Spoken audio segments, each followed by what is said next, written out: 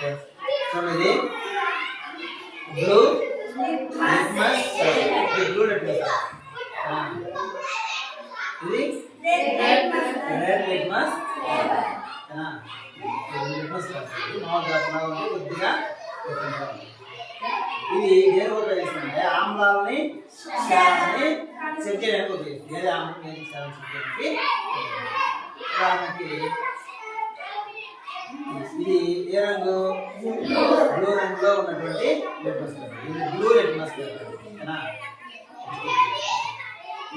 Blue litmus paper ఇదేంటి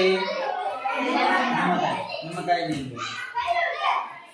ఈ నిమ్మకాయ నీళ్ళు కదా ఇందులో ఈ బ్లూ లిట్మస్ ఉంచితే ఏమైంది రెడ్ కలర్లోకి మారింది.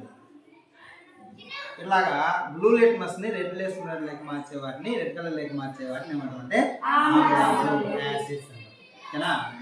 అలాగే ఇప్పుడు మనం రెడ్ లిట్మస్ తీసుకున్నాం. రెడ్ లిట్మస్ తీసుకొని సబ్బు ఉంది కదా ఈ సబ్బు నీళ్ళలో పెడితే ఏమైతుంది బ్లూ కలర్లోకి. ఇంతకుముందు మనకి బ్లూ ఎట్లా స్ట్రిప్ కనిపించిందో ఆ విధంగా అయిపోయింది. ఇది రెడ్ కలర్ ఏ విధంగా మనం ఇంతకుముందు చూసామో ఆ రెడ్ కలర్ లాగా ఓకేనా. ఈ విధంగా మనకి ఆమ్లాలు నీలి రంగు లిట్మస్ని ఎరుపు రంగు మారుతాయి.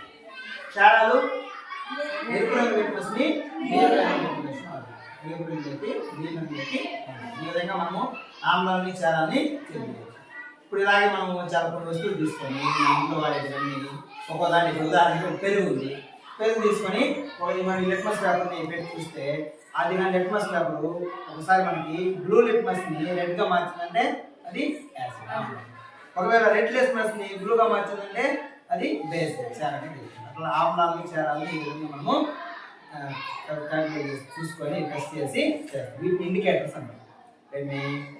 ఇది బ్లూ లిట్మస్ ఇది లిట్మస్ పేపర్ అంటుంది. మామూలు పేపర్ లాగా ఉంటుంది, కొద్దిగా డిఫరెంట్ ఓకేనా. ఈ విధంగా మనం ఆమ్లాన్ని క్షారాన్ని గుర్తించవచ్చు ఓకే.